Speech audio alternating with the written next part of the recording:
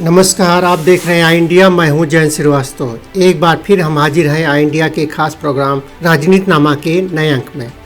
शनिवार को मौसम खराब था, सुबह से बूंदाबांदी हो रही थी।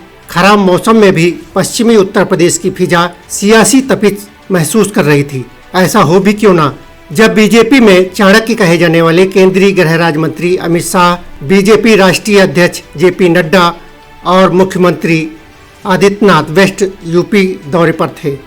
खराब मौसम में गृह मंत्री ने कैराना में डोर टू डोर संपर्क कर वोटरों से भाजपा के लिए सहयोग मांगा, तो सीएम योगी ने अलीगढ़ में दीनदयाल उपाध्याय अस्पताल का निरीक्षण कर कोरोना से निपटने के लिए की जा रही तैयारियों का जायजा लिया। उधर समाजवादी पार्टी ने यूपी में 20 लाख युवाओं को आईटी सेक्टर में रोजगार तथा मेधावियों को लैपटॉप देने का ऐलान भी किया। वहीं उत्तर प्रदेश चुनाव में अकेले 100 प्रत्याशी उतारने की घोषणा करने वाले ओवैसी को नया साथी मिल गया है।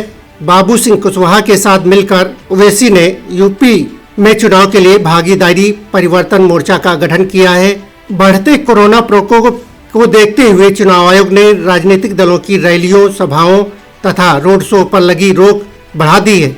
अब हम बात करेंगे भाजपा की। केंद्रीय गृह मंत्री अमित शाह शनिवार को शामली के कोरोना पहुंचे और प्रत्याशी रंगा सिंह, गन्ना मंत्री सुरेश राणा, सांसद प्रदीप चौधरी के साथ घर घर जाकर जनसंपर्क किया और आने वाली 10 फरवरी को भाजपा के पक्ष में मतदान करने की अपील की। जनसंपर्क में जय श्री राम और मोदी योगी जिंदाबाद के नारे भी गुंजायमान थे। बाद में मीडिया से मुखातिब होते हुए अमित शाह ने योगी सरकार की उपलब्धियों का बखान किया। कहा कि पूरे देश में विकास की लहर दिखाई दे रही, हर गरीब को सुविधाएं दी जा रही हैं।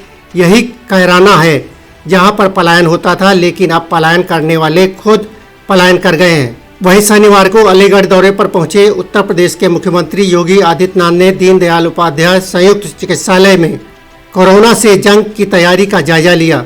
बाद में उन्होंने कहा कि इस सदी की सबसे बड़ी महामारी की तीसरी लहर पूरी दुनिया में है। देश के अंदर प्रधानमंत्री मोदी के निर्देशन में कोरोना के लिए जो प्रयास हुए हैं उसकी सराहना हुई है, पूरी दुनिया में सराहा गया है। अब हम बात करेंगे सपा की। विधानसभा चुनाव को लेकर समाजवादी पार्टी के मुखिया अखिलेश यादव ने अपने चुनावी घोषणा पत्र का एक और बिंदु शनिवार को लखनऊ मीडिया से साझा किया।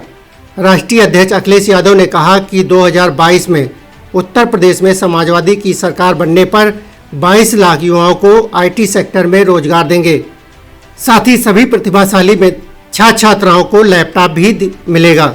आज भी गांव-गांव में सपा का लैपटॉप दिखाई देता है। हमारा लैपटॉप रोजगार के काम भी आ रहा है। उन्होंने कहा कि हम सभी घरेलू उपभोक्ताओं को 300 यूनिट बिजली के साथ ही किसानों को सिंचाई के लिए मुफ्त बिजली देने की घोषणा पहले ही कर चुके हैं। अब हम बात करेंगे ओवैसी की पार्टी की।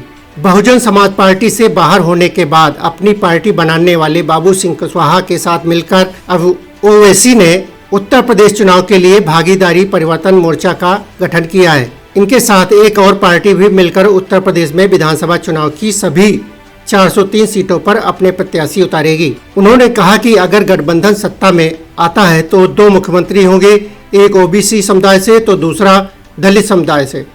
मुस्लिम समुदाय के 3 डिप्टी सीएम भी होंगे। अब हम बात करेंगे चुनाव आयोग। देश में 5 राज्यों में होने वाले विधानसभा चुनाव के मद्देनजर शनिवार को चुनाव आयोग की बैठक में चुनावी रैलियों, जुलूस, रोड शो पर पाबंदी जारी रखने पर सहमत बनी है।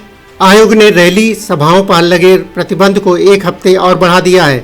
आपको बता दें कि 8 जनवरी को 5 राज्यों में चुनाव की तारीखों की घोषणा के बाद चुनाव आयोग ने 15 जनवरी तक रैलियों और जनसभाओं पर रोक लगाई थी, जिसे बाद में 22 जनवरी तक बढ़ा दिया गया था। अब इसे 1 हफ्ते और बढ़ाया गया है।